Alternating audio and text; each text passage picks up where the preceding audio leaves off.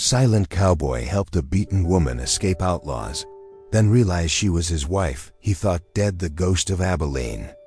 That evening, the Kansas wind, whistling through the limestone bluffs outside Abilene, carried death on its breath, a warning from the devil himself. Jake Matthews was tracking a stray calf through Mud Creek Canyon when he heard the first scream, high and desperate, piercing the purple dusk like a knife through canvas. He reined in his black stallion Duke and listened. 15 years of living alone on the prairie had taught him to distinguish between the sounds that mattered and those that didn't. This one mattered. This was human suffering, raw and immediate. The scream came again, followed by men's laughter, the kind of laughter that had no humor in it, only cruelty. Jake touched the worn handle of his Colt .45, a gesture as unconscious as breathing. He'd carried the gun since the war between the states, through 25 years of cattle drives, Indian raids, and the peculiar loneliness that came from burying your heart with your wife. Duke's ears flicked forward, sensing his rider's tension. Jake guided the horse off the main trail, moving through the scattered juniper and sage with the silence of a man who'd learned that noise meant death. The voices grew clearer as he approached Miller's Crossing, where the old Butterfield stage route met the creek. "Where's the gold, woman?" The voice, thick with tobacco and meanness, was gravelly. "Your husband's dead. There's no use protecting him now." "I told you," a woman's voice, breathless with pain but not broken. "There's no gold. You've got the wrong person." The sharp crack of a hand striking flesh made Jake's jaw clench. He'd heard that sound too many times during the war, seen too many defenseless people suffer at the hands of those who confused strength with cruelty. He dismounted, leaving Duke ground-tied behind a cluster of limestone boulders. Moving on foot now, Jake crept forward until he could see the scene through the tall prairie grass. 3 men stood in a rough circle around a woman who was on her knees in the dirt. Her dress, once blue, he thought was torn and dusty. Blood matted her dark hair, and even from 30 yards away, he could see the bruises blooming on her face like deadly flowers.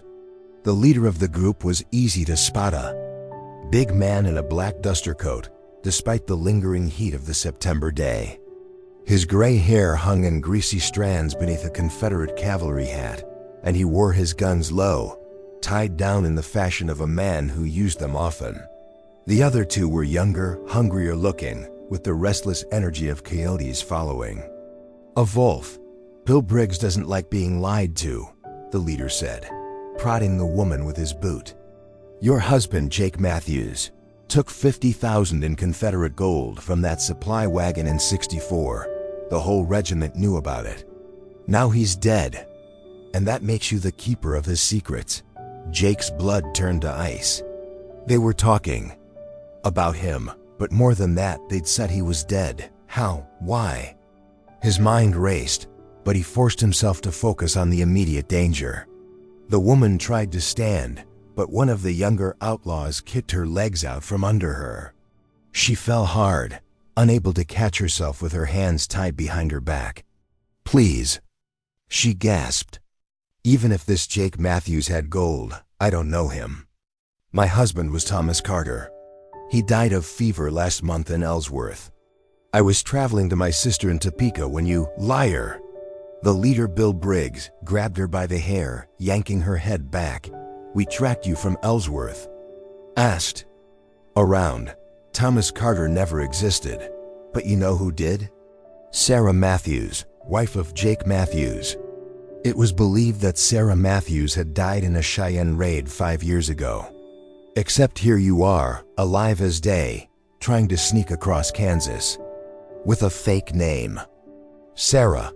The name hit Jake like a physical blow. He gripped his rifle so hard his knuckles went white. Sarah was dead. He'd buried her himself, found her ring in the ashes of their burned cabin. He'd mourned her every day for 5 years, turning himself into a ghost haunting his own ranch because facing the world without her seemed pointless. But now he really looked at the woman. the way she held her shoulders, even beaten down. He was struck by the defiant tilt of her chin, the small scar above her left eyebrow that she'd gotten falling from the apple tree, their first spring together. No, it couldn't be. The mind deceived you. Grief made you see what wasn't there. The woman's voice came again, stronger now despite the pain. My name is Mary Carter. I don't know any Jake Matthews. And I certainly don't know about any gold. Then you're no use to us, Briggs said. He drew his revolver, the metal catching the last rays of sunlight. Shame to waste such a pretty face, but I can't have you running to the law in Abilene. Jake moved before conscious thought. His first shot took the gun from Briggs' hand, sending it spinning into the creek. His second put a hole through the crown of the younger outlaw's hat, freezing him in place. Drop them, now. Jake stepped from the grass, rifle steady, his voice carrying the authority of a man who'd given such orders before, and seen them obeyed or paid for in blood.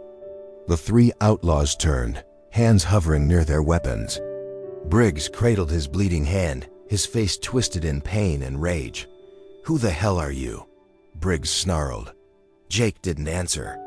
He'd learned long ago that silence unnerved men more than threats. He kept the rifle trained on Briggs' chest, letting the moment stretch. The woman had gone very still.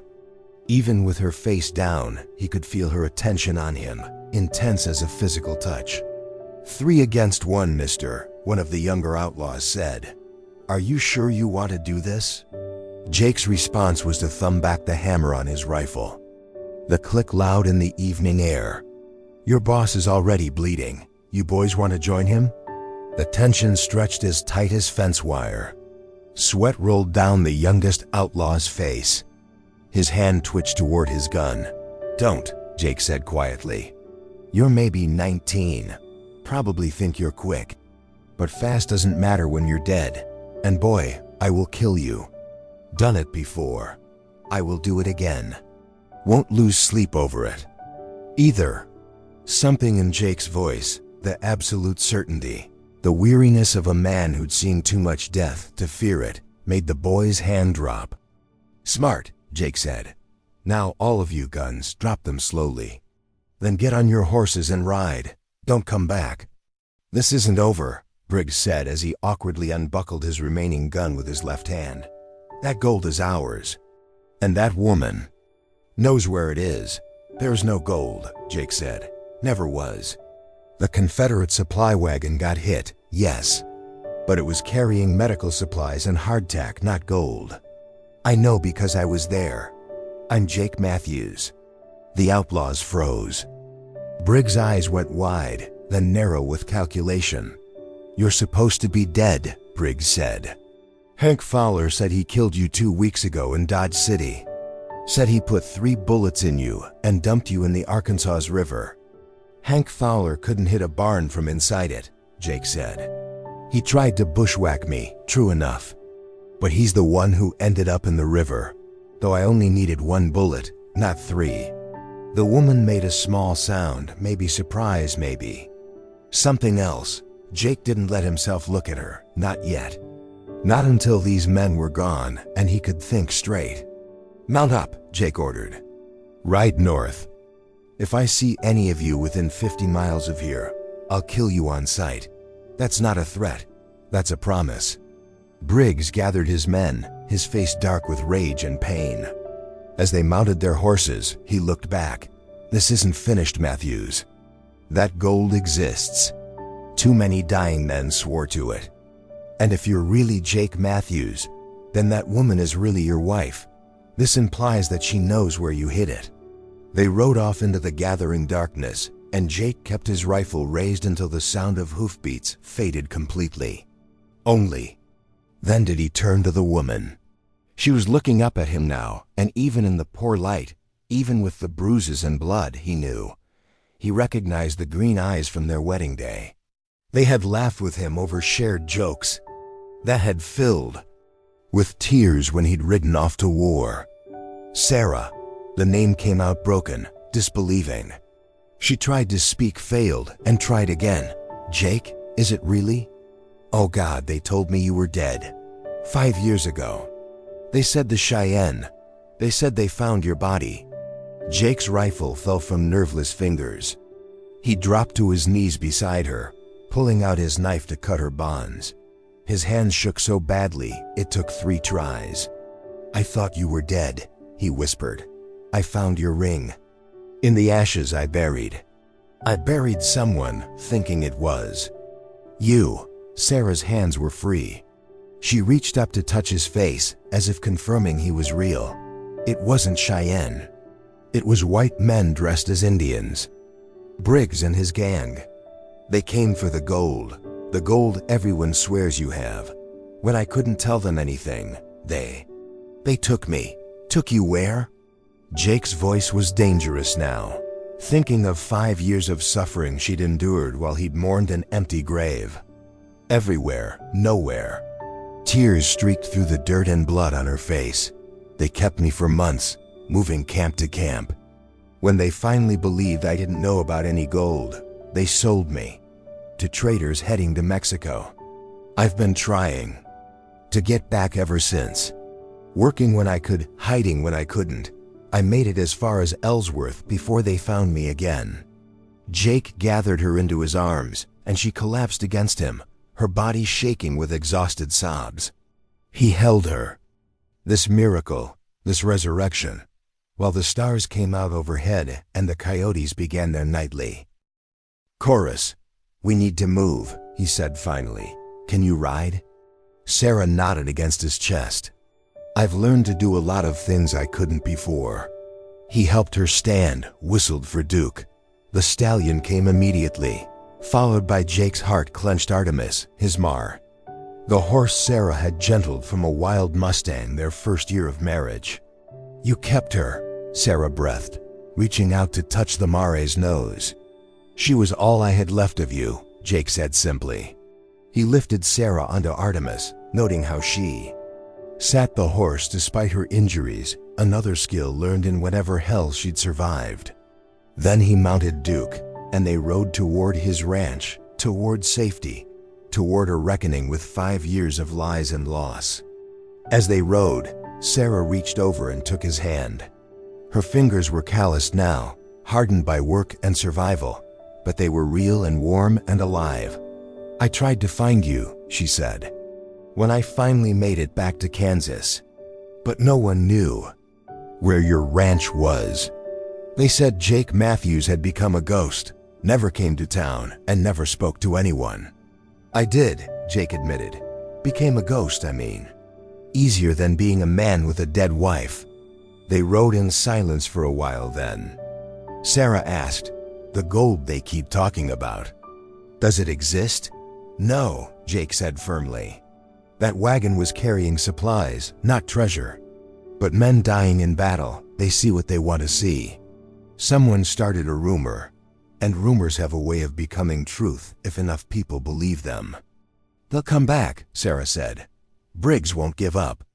Not with his hand wounded and his pride hurt worse. I know, Jake said, but we'll be ready, together this time. The word hung between them, fragile and powerful. Together. After 5 years of separation, of mourning, of survival, they were together. But as Jake looked at his wife changed, scarred, but unbroken, he wondered if together was enough to overcome what lay ahead. The ranch appeared in the distance, a cluster of buildings dark against the star-filled sky. Home, or what had passed for home in Sarah's absence. Now with her beside him, Jake realized it had only been a shelter. Home was the woman riding next to him, the woman he'd thought lost forever. As they approached the gate, Sarah spoke again, her voice soft but certain. I'm not the same person I was, Jake. These 5 years, they've changed me. They've changed me too, Jake replied. But you're here. You're alive. Nothing else matters. But even as he said it, Jake knew it wasn't true. The past 5 years mattered. The suffering mattered. The lies that had separated them mattered. And most of all, the violent men who would come for them mattered. Still, as he helped Sarah down from Artemis and into the house they'd built together, Jake felt something he hadn't experienced in 5 years: hope. It was as fragile as prairie grass and as stubborn as mesquite, but it was there. The night wrapped around them, full of danger and promise in equal measure.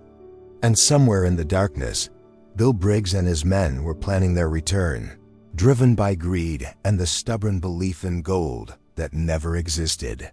Shadows of the past, the lamplight, revealed the truth that darkness had hidden. As Jake helped Sarah into the ranch house, he could see the full extent of what 5 years had done to her. The bruises from Briggs were just the newest layer of damage. Scars traced pale lines across her arms, her hands were rough with calluses, and she moved with the careful precision of someone who'd learned that sudden movements invited pain. But it was her eyes that hurt him most. The green eyes he'd fallen in love with were still there, but now they held shadows, deep pools of wariness that watched everything, trusted nothing, even him, especially him. "Sit," Jake said, guiding her to the kitchen table. "I'll heat water and clean those wounds." Sarah sat but kept her back to the wall, her gaze flickering between the windows and the door. Jake recognized the behavior. He'd seen it in soldiers after too many battles, in himself after the war. The constant vigilance of someone who'd learned that safety was an illusion. As he pumped water and stoked the stove, Jake found himself studying his wife. Her hair, once long and honey brown, was darker now, cut short and practical. Her dress was homemade, the stitching careful but not decorative. Everything about her spoke of function over form, survival over comfort. "You've kept the house well," Sarah said, her voice carefully neutral. "Different curtains, though." "The old ones, double quotes." Jake paused, remembering.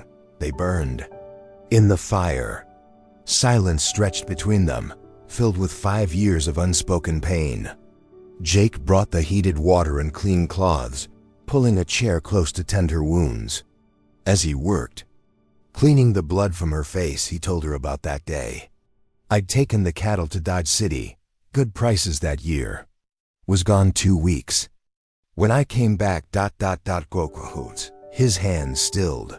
The cabin was ashes. Tom Henley was there with a posse. Sa's Cheyenne war party had hit several ranches. Found bodies. Burned beyond recognition.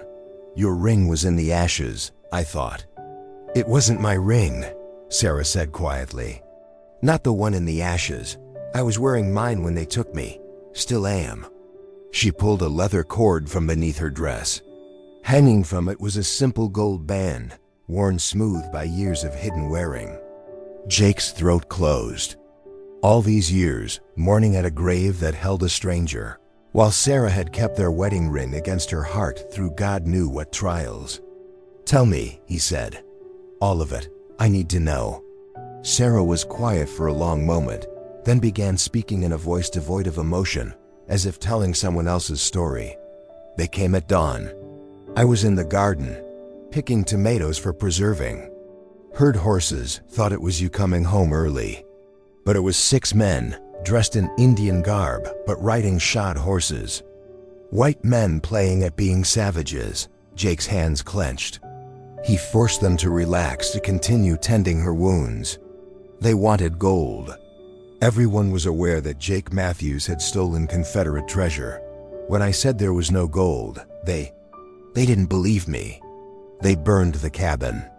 There was a woman with them, a captive they'd taken from another ranch.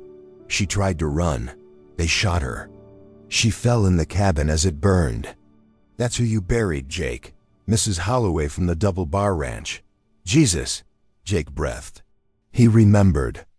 The Holloways, an older couple who'd homesteaded north of town. And then they took me. Sarah's voice went flat. I anticipated your arrival, using me as a lure, but you never came. The accusation, unintended but present, hit Jake. Like a physical blow. I thought you were dead. Tom saw the bodies, the ring. I know. Sarah touched his hand briefly. I don't blame you. How could you know? They were careful. Made it look like Indian raids to cover their tracks. Took me south, into Indian territory. Kept me in camps moving constantly. Asked about the gold. Every day, sometimes with words, sometimes with other methods. Jake saw red. His hand went to his gun without thought. Don't, Sarah said sharply. That's not who you are. Not the Jake I married. The Jake you married wouldn't have let this happen. The Jake I married was human, not omniscient. Sarah's voice softened. After 6 months, they gave up. Sold me to Mexican traders heading south. Said I could work off my price in their households. Cooking, cleaning, whatever was needed. Sarah, I survived, she interrupted. That's what matters. Learn Spanish. Learn to hide money. I learned to fight when I had to. It took me 3 years to save enough to buy my freedom. Another year to work my way back north. And then, when I finally made it to Kansas, when I was so close. Briggs found you again, she nodded. In Ellsworth. I've been working at a boarding house, saving money to search for you. Someone recognized me. Word got out. Next thing I knew, Briggs and his men were there. They'd heard you were dead killed in Dodge City, they said. Figured I must know where. The gold was hidden. Jake stood abruptly, pacing to the window. There is no gold. There never was any gold. How many times do I have to say it? It doesn't matter, Sarah said. The legend's bigger than the truth now. Men have died believing in that gold. Others have killed for it. Whether it exists or not, people will keep coming. She was right, and Jake knew it.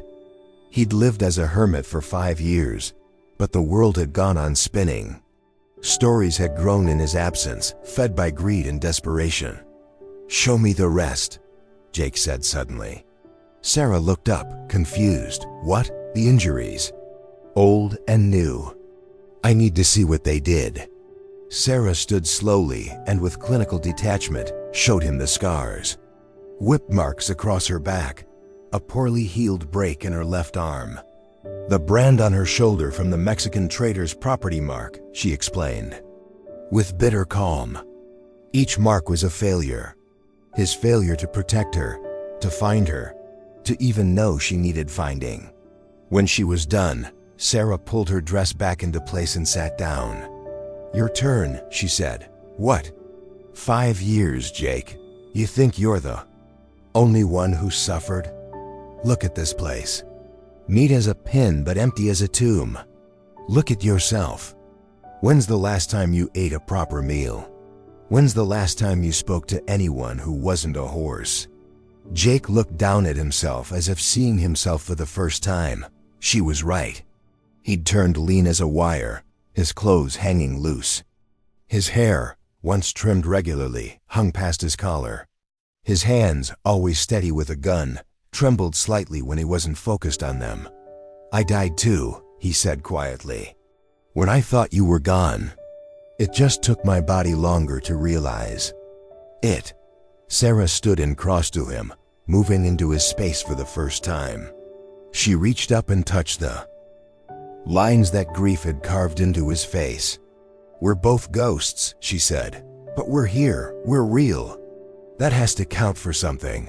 Jake caught her hand and held it against his cheek. For a moment, they stood like that, two damaged people trying to bridge 5 years of separation. Then Duke whinnied outside sharp, alarmed. Jake moved instantly, pushing Sarah down as he killed the lamp. In the darkness he moved to the window, peering out. What is it? Sarah whispered, and he noticed she'd found the shotgun he kept by the door, handling it with easy familiarity. Don't know. Duke doesn't spook easily. They waited, tense in the darkness. Then Jake saw a flicker of movement by the barn. Then another by the well. They're here, he said. Must have doubled back, waited for us to settle in. How many? Jake counted shadows, 6, maybe 7, brought friends. Sarah moved to the back window. 3 more by the corral. They're surrounding us. Jake's mind raced. The house was solid, but not built for siege. They had weapons and ammunition, but against 10 men. "The root cellar," Sarah said suddenly. "You still have that tunnel to the barn?" Jake looked at her in surprise. He dug that tunnel their second year, after Indian raids had made Sarah nervous about being trapped in the house. He'd almost forgotten about it.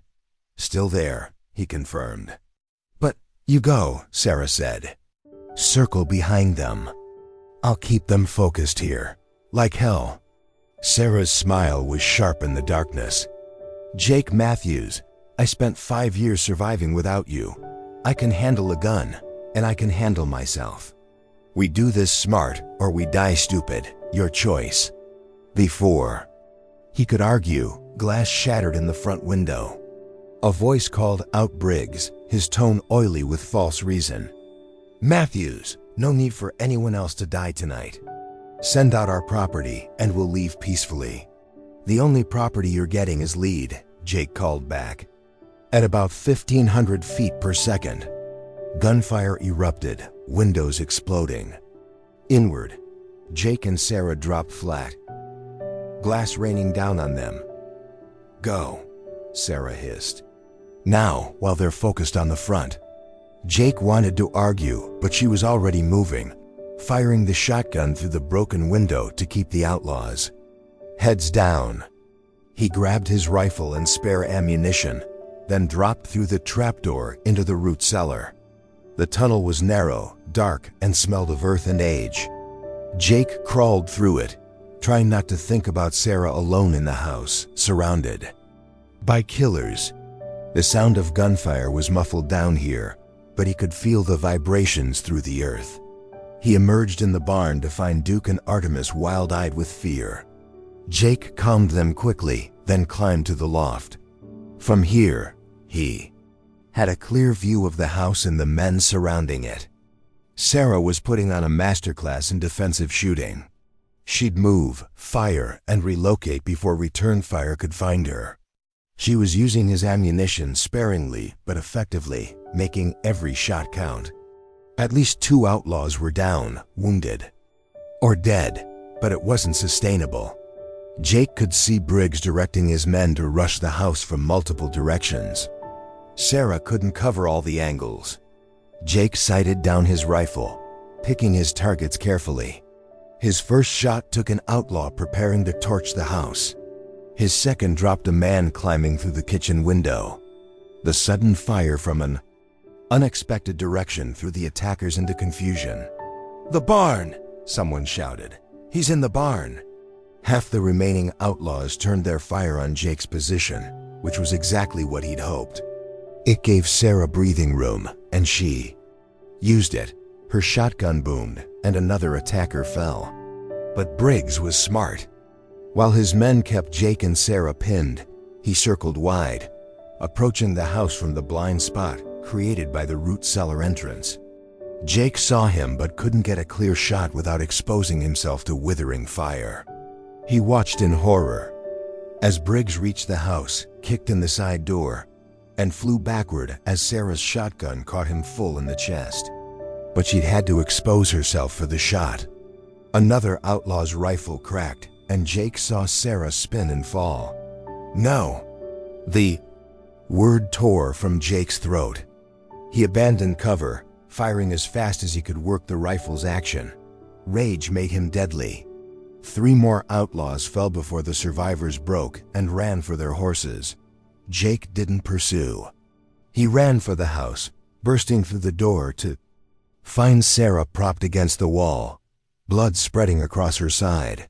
"Just a graze," she said, though her face was pale. "Briggs?"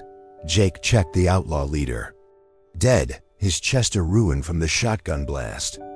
"Very dead," Jake confirmed, then knelt beside Sarah. The wound was more than a graze. The bullet had carved a deep furrow along her ribs, but it hadn't penetrated the cavity. "Lucky. Gonna need stitching," he said. "You know how?" "Learned. During the war. Gonna hurt." Sarah laughed, short and sharp. "Jake, I've been hurt by experts. You're going to have to try harder than that." As Jake cleaned and stitched the wound by lamplight, Sarah talked to distract herself from the pain. "Remember our wedding day? You were so nervous you put your boots on the wrong feet." "I was not nervous," Jake protested, tying off a stitch. "Please, Tom Henley had to fix them for you before the ceremony. And then you forgot your vows halfway through." "I didn't forget. I just thought that might improve them." Sarah's hand found his. "You said, I don't know fancy words, Sarah Jane, but I know you're my sunrise and my sunset, and all the light in between. Not bad for improvising." Jake's hand stilled. "You remember that?" "I remember everything about you, Jake Matthews. Held on to every memory like gold. Real gold, not the kind men die for." She winced as he resumed stitching. "That's what kept me alive, knowing you were out there somewhere. Even when they said you were dead, I didn't believe it. Couldn't believe it." Jake finished the stitching and bandaged the wound. "I gave up," he admitted. "When I thought you were gone, I gave up on everything but existing. But you existed," Sarah said. "That's what matters. You stayed here on our land with our horses. You were waiting, even if you didn't know it." Outside, dawn was breaking. Through the shattered windows, Jake could see the bodies scattered around his property. The attack was over, but he knew Sarah was right earlier. This was just the beginning. The legend of Confederate gold was a poison that would keep drawing violent men. "We can't stay here," Jake said. "More will come." Briggs had brothers and partners. "And even if they don't come, the law will." "Too many bodies to explain," Sarah nodded. "Where would we go?" "West, California, Oregon Territory. Somewhere the name Jake Matthews doesn't mean anything. Somewhere we can start fresh. Together?" Jake looked at his wife's guard, wounded but unbroken. 5 years of hell hadn't destroyed her spirit. If anything, she'd been forged stronger by the trials. And he realized that maybe, just maybe, they both had. Together, he confirmed. As the sun rose over the Kansas plains, painting the grassland gold, Jake and Sarah sat in their shot-up kitchen, planning a future neither had dared imagine just 24 hours before. The past 5 years couldn't be erased, but perhaps they could be overcome. Outside, buzzards began to circle, drawn by death. But inside, 2 ghosts were slowly remembering how to be alive. The Reckoning Road Sheriff Tom Henley arrived with the Sunrise, leading a posse of 12 men. Jake watched them approach from the porch, Sarah beside him despite his protests that she should rest. The bodies of Briggs and his men lay where they'd fallen, already drawing flies in the warming air. Tom dismounted slowly, his weathered face taking in the carnage. His gaze lingered on Sarah, and Jake saw the progression of emotions: shock, recognition, disbelief, and finally a sort of weary acceptance that the world was stranger than anyone suspected. "Jake," Tom said, removing his hat. "Ma'am, looks like you had some trouble." "Tom," Jake nodded. "The Briggs gang. They came for something that doesn't exist." Tom stepped closer, studying Sarah's face. "My God, Sarah Matthews? But we buried." He stopped, understanding dawning. "We buried someone else."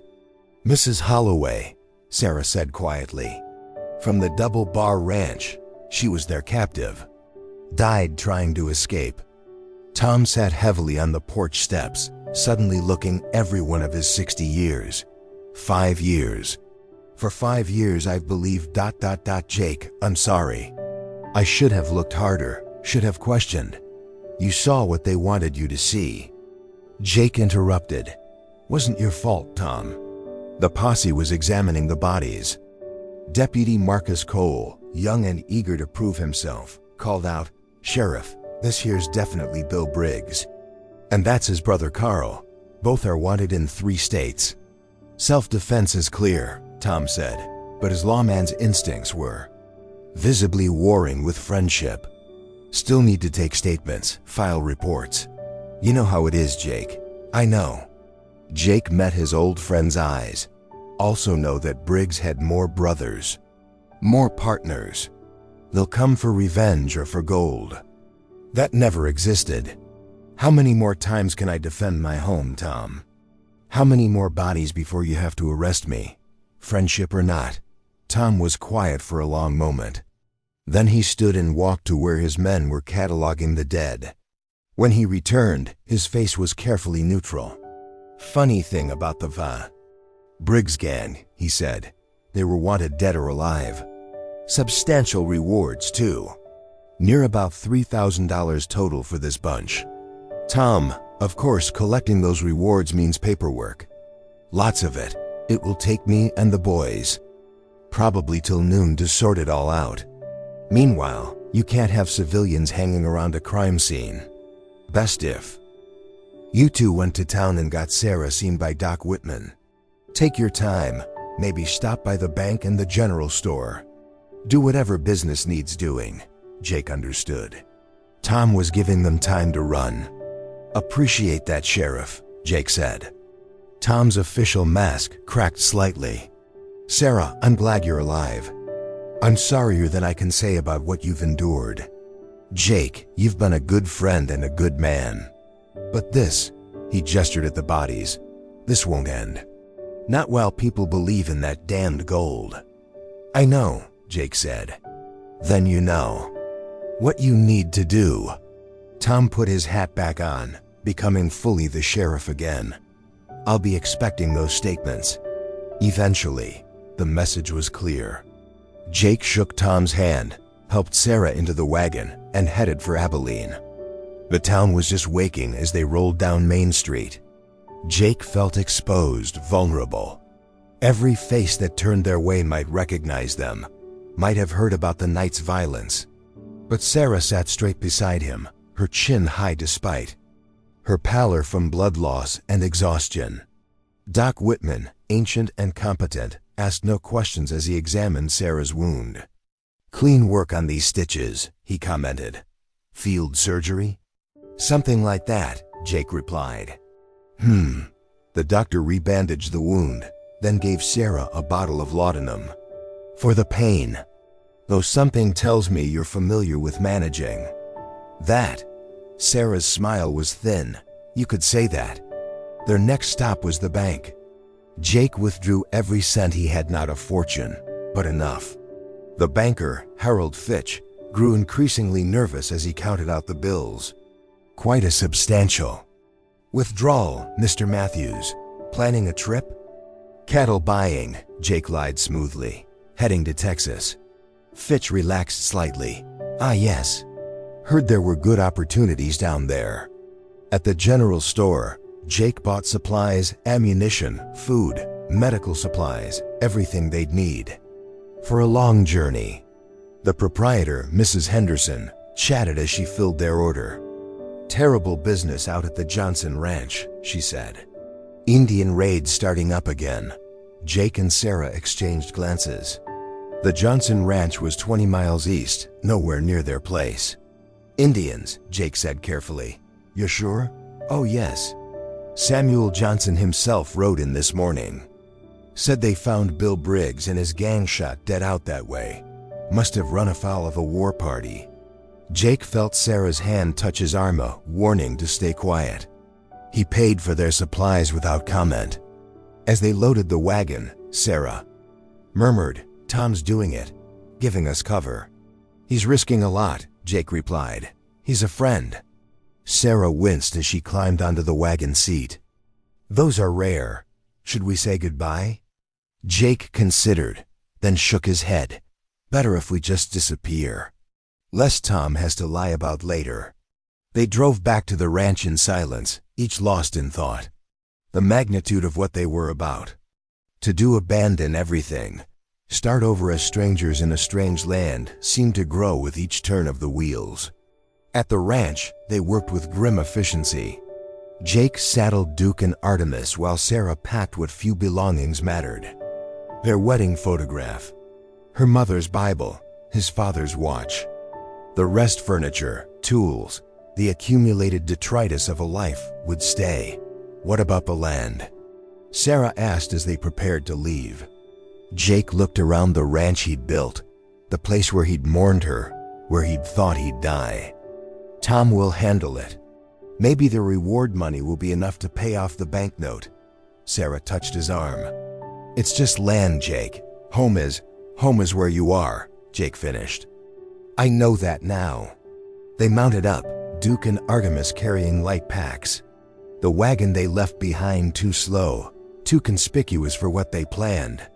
Jake had mapped their route carefully, southwest through Indian Territory, across Texas, then west to California. It would be dangerous, especially with Sarah still healing, but staying was certain death. As they prepared to ride out, movement on the horizon caught Jake's eye. Riders coming fast. His hand went to his gun, but then he recognized the lead horse. Margaret Wellen, the widow who owned the neighboring ranch. She rode up hard, her normally neat appearance disheveled from the pace. Jake Matthews, she said. Without preamble, Tom Henley said I might find you here. Mrs. Wellen, Jake said carefully. She dismounted and pulled a leather portfolio from her saddlebags.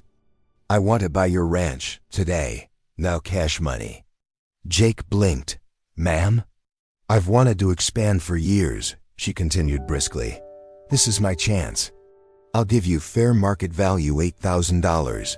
$8,000? Sarah breathed. It was more than the place was worth, and they all knew it. The land's good, Mrs. Wellen said, but her eyes were kind. And I believe in paying fair prices. Do we have a deal? Jake understood. This was Tom's doing too, ensuring they'd have enough money to truly start over. We have a deal. The paperwork was swift. Mrs. Wellen had come prepared with contracts, bills of sale, and everything needed. Within an hour, Jake held more money than he'd ever seen in his life. There's a wagon train, Mrs. Wellen said as she prepared to leave. Heading to California. Leaves from Independence in 2 weeks. The wagon master's name is Ezra Stone. Good man, discreet. Tell him Margaret sent you. Why? Sarah asked. Why help us? Mrs. Wellen's stern face softened. Because I was young once. Because I know what it is to lose everything and need a second chance. And because, she looked at Sarah directly, because any woman who survives what you survived deserves whatever help can be given. She rode away without looking back, leaving Jake and Sarah alone at the ranch for the last time. Ready? Jake asked. Sarah looked around once more, then nodded. I've been ready for 5 years. They rode south as the sun climbed higher, 2 people leaving behind grief and violence for the uncertain promise of the frontier. The Kansas wind pushed at their backs, urging them onward. For 3 days they traveled hard, following little-used trails and avoiding towns. Sarah's wound pained her, but she never complained. They camped cold, not risking fires that might draw attention. At night, they lay close together, rediscovering the comfort of shared warmth, shared silence. On the 4th day, they crossed into Indian Territory. The landscape changed, becoming rougher, wilder. They were beyond the reach of Kansas law now, but also beyond its protection. That evening, as they watered the horses at a clear stream, Sarah finally spoke about the future. What will we do in California? Ranch, Jake said without hesitation. Horses maybe, or cattle, something quiet, peaceful. No more silence though, Sarah said. No more ghosting through life. We've both done enough of that. Jake nodded. No more silence, he agreed. They were interrupted by the sound of approaching horses. Jake's gun was in his hand before the first rider appeared. But instead of outlaws, it was a cavalry patrol Buffalo Soldiers, their blue uniforms dusty from patrol. The sergeant, a man with gray in his beard and wisdom in his eyes, held up a hand in greeting. Civilians traveling alone are rare out. Here, he said, and dangerous. Where are you headed? California, Jake replied. Independence first, to join a wagon train. The sergeant studied them.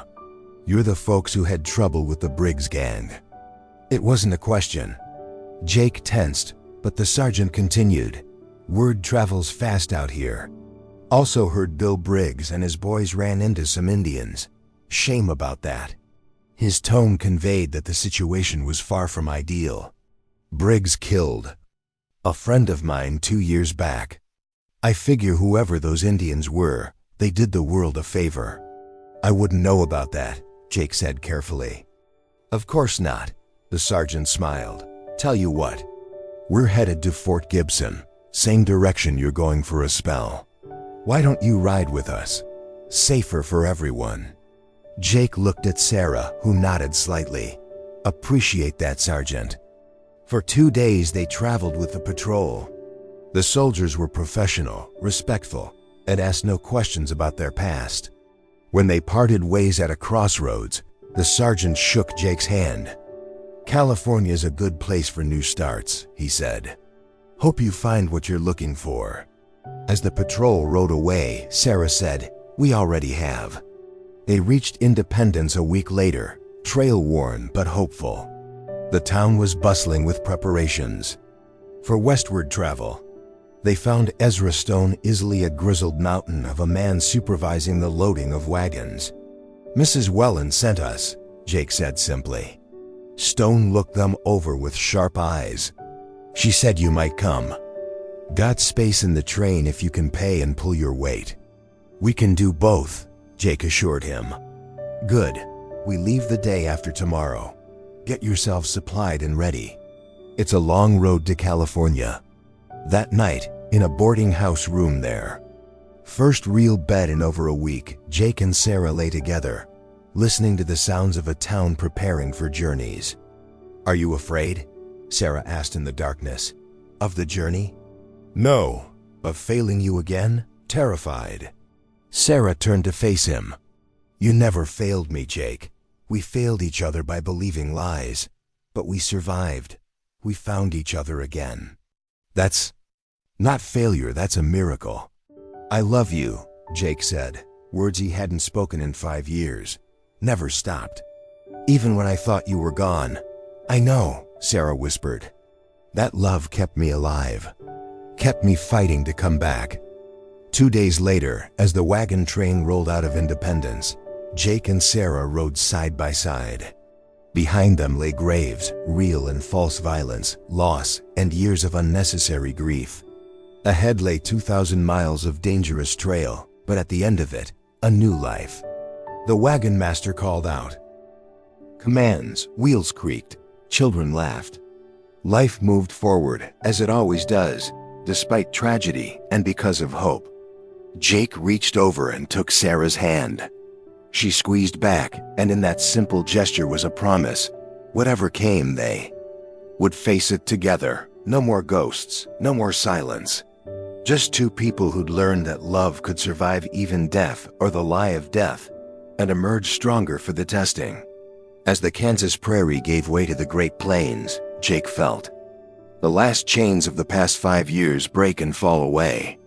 He wasn't the silent cowboy of Abilene anymore. He was simply Jake Matthews, husband to Sarah Matthews, heading west to whatever future they could build. The sun climbed higher, painting the endless grass in shades of gold. And somewhere in California, a new life waited for two people who'd already survived the worst life could offer. They rode onto the promise of the frontier to their second chance at happiness. And this time, they would not let go. Epilogue. 3 years later, the letter arrived on a spring morning, carried by a rider from San Francisco. Sarah found Jake in the corral, working with a young Mustang. From Tom Henley, she said, handing him the envelope. Jake read it slowly, then passed it to Sarah. The Confederate gold that never existed had claimed more lives. Another gang had torn up half of Kansas looking for it. Tom was tired, thinking of retiring. Should we write back? Sarah asked. Tell him the truth. Jake looked around their California ranch, modest but thriving. Their neighbors knew them as the Matthews, a quiet couple who'd come west for their health. No one asked about their past. No, Jake decided. Let the legend die with those who believe it. We've got our truth. That's enough." Sarah smiled and leaned against the corral fence, watching their horses graze in the California sunshine. Her scars had faded, though they'd never fully disappear. Jake's silence had been replaced by easy conversation with neighbors, laughter, with Sarah, and even singing as he worked. They'd built a life on truth this time, not assumption, and it was delicious. In Kansas, men still searched for Jake Matthews' gold. But in California, Jake and Sarah Matthews had found something infinitely more valuable, a second chance at the life they should have had all along. And that was Treasurino.